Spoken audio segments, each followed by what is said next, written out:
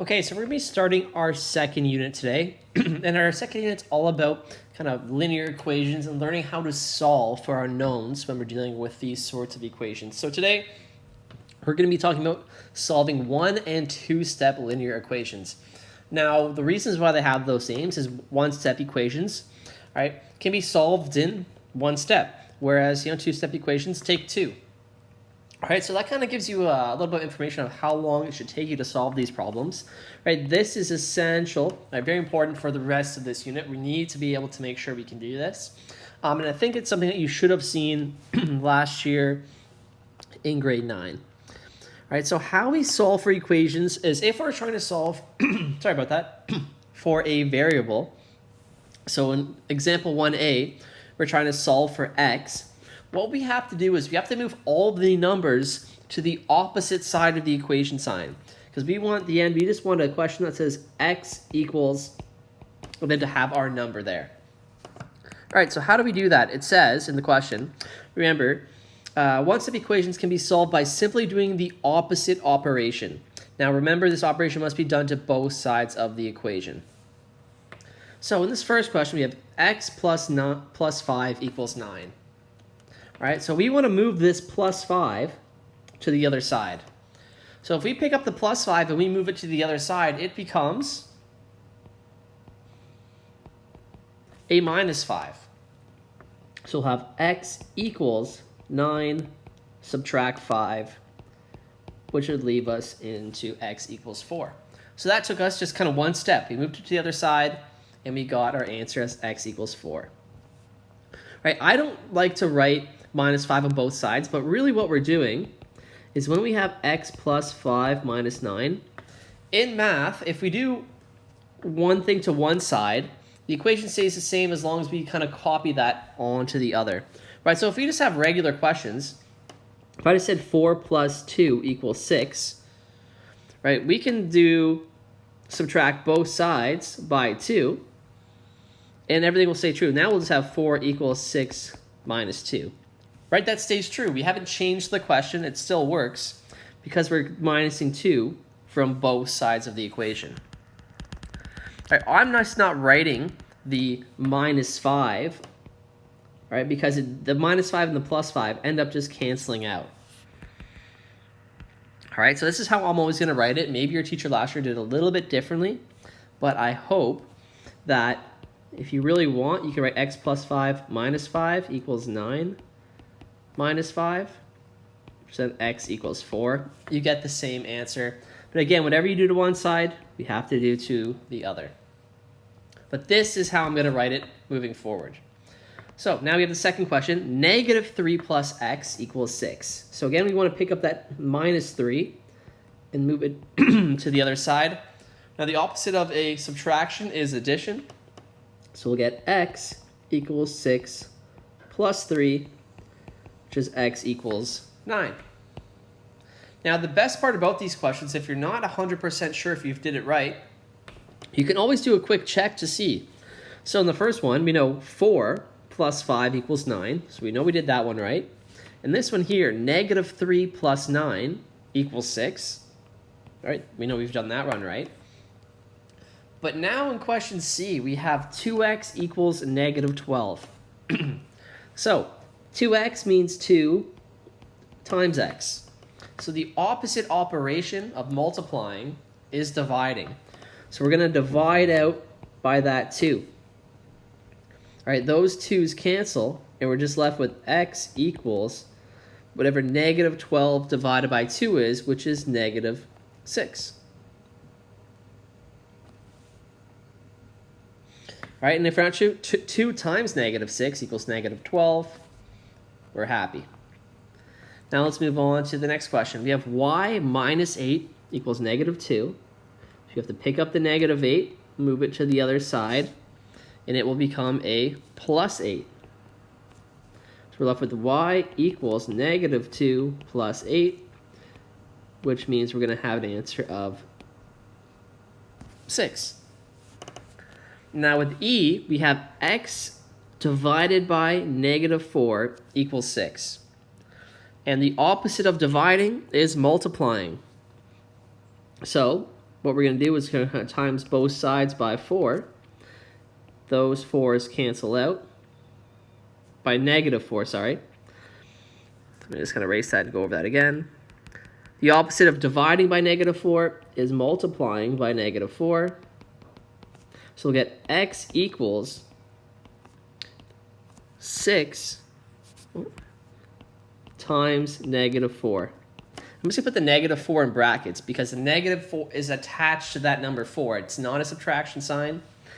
And 6 times -4, x equals -24. Now in this question, you can see it's kind of confusing because I'm using like the x as a multiplication sign. The better way to write this would be x equals 6 in brackets times -4. Right? Two numbers beside each other in brackets mean they are being multiplied, and this is a much neater way to write it so you don't get confused with your x's and your multiplication signs. Now in this last one, it says -x equals 9. Now remember, -x means -1x equals 9. We want just to have an x equals 9, or x equals something. That's what we want in our answer. So we have to move that -1 to the other side, and the opposite of multiplying by -1 is going to be dividing by -1. And 9 divided by -1 is -9. All right. Those are one-step equations. Now when we look at two-step equations, it's a little bit different. So it says, when more than one step is required to isolate the variable, always start by getting rid of the operation that is furthest from the variable. So what we have to do is we always start with the number that is not attached to the x. And the reason being is if I try to move this 2 over first, so that means 2 times x. I have to divide by 2. But if I divide this whole left side by 2, 2x divided by 2 is nice, but you can't do 3 divided by 2. You get a decimal number. So it gets really ugly very quickly. So instead, what we're going to do is we have to start by moving the number that's all by itself first. And it makes it way nicer. So the opposite of subtracting by 3 would be adding by 3. So we'll get 2x is equal to 1 plus 3, which simplifies to 2x is equal to 4. Now we can finally divide out by that 2, which is our second step, leaving us with x equals 2. And we get a nice answer there. And the next one, same thing. We just have it kind of flipped on the other side. Now, I really prefer to have my 5x on the right-hand side. So because it's just a question, we can just rearrange the way it's written, and I can just write 5x plus 6 equals 11. It's the same thing. To me, that just looks nicer. And now we're going to do the exact same thing. Start with the number by itself, which is plus 6, which comes to the other side. So we'll get 5x is equal to 11 minus 6, which that will end up equaling 5. And now we can do that division. 5 divided by 5, and we'll get x equals 1. For the third question here, for part C, we have a fraction. 3k divided by 4 equals 9. Again, we start by the number on its own, which is the 4. The opposite of dividing by 4 is multiplying by 4. And 9 times 4 equals 36. Now we can divide out by that 3, which is going to leave us with k is equal to 12. And then the last one's a little bit different. Same thing though, we have to move that -6 to the right side. So we'll have t divided by 3, is equal to -1 plus 6, which is t divided by 3 is equal to 5. And then from here, we have to move this 3 to the other side, and the opposite of dividing would be multiplying, giving us a final answer of t equals 15. Beautiful. Now, it is very important that you show your work when we're doing these kind of questions, especially in the online format. I can't see what you're doing. I don't know what you're thinking. All right, all I can see is your answer, and I know there's lots of computer programs that will solve these for you. All right, you should be using them to make sure that you're doing things right, but if you have an assignment and you just write the answer right away, all right, it's going to make me think that you are just using a computer program to get your answers, and I'm going to make sure by either like a quick video call, and I'm going to get you to explain what you did to get that answer to make sure I know you're not cheating. All right? Please show your work. It is very, very important so that I can see what you're doing and give you feedback if you're making any mistakes. So, we got a couple more examples here. In the third one, it says equations can be checked to make sure the answer is correct. Use a proper form for a check. So we're going to solve this just like normal, and then we're going to check to make sure our answer is correct. So let's do one thing at a time. Let's solve. We have 2x plus 7 equals 13. We start by moving the positive 7 to the other side, which leaves us with 2x equals 13 minus 7. And 13 minus 7 will give us 6.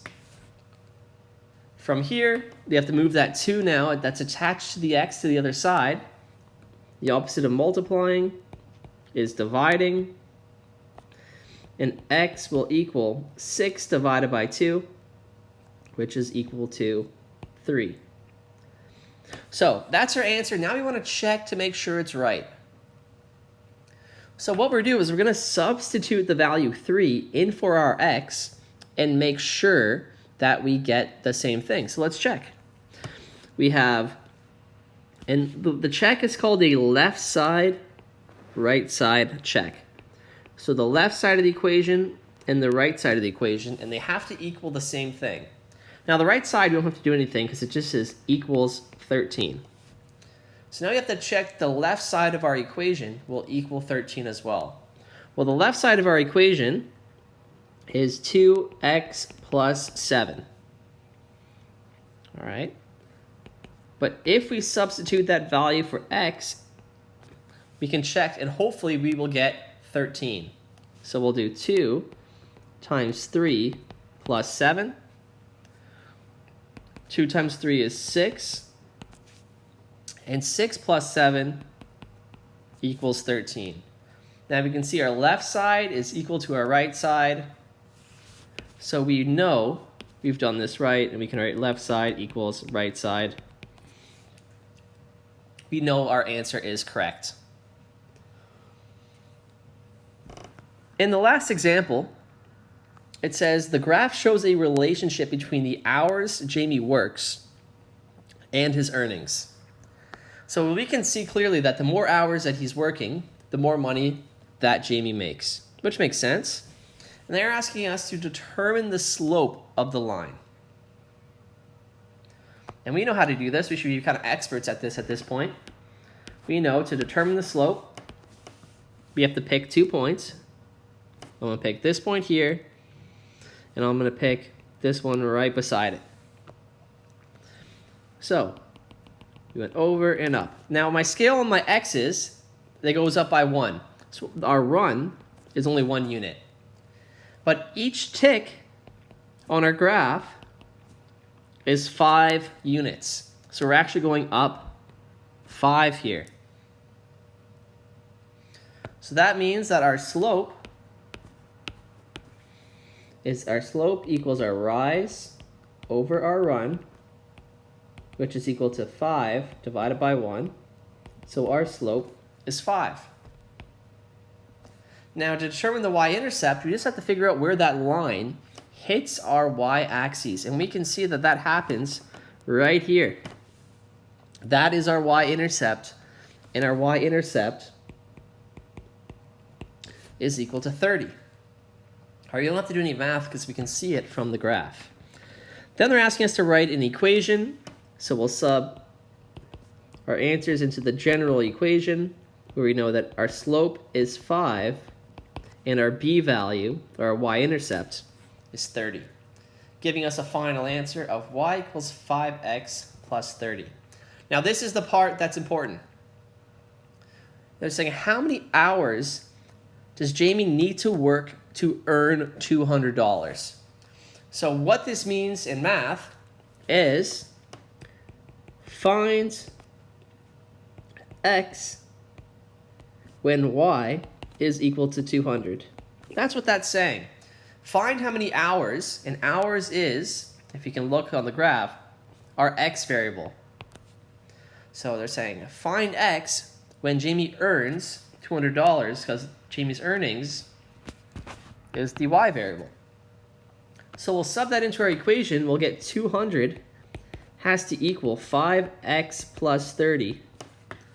And now let's solve that. We have a plus 30 on the one side. When that moves over to the other, it will become 200 minus 30. And actually, let me fix that 200 there. Is equal to 5x. When we do 200 minus 30, we're going to get 170 equals 5x. All right, and now from here, we're going to have to divide 170 by 5. And that's going to give us, I believe, 30, all right, 4 is equal to x.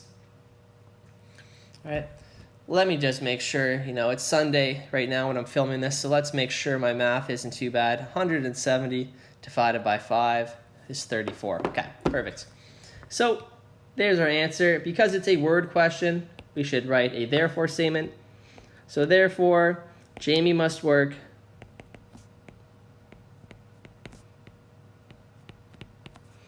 34 hours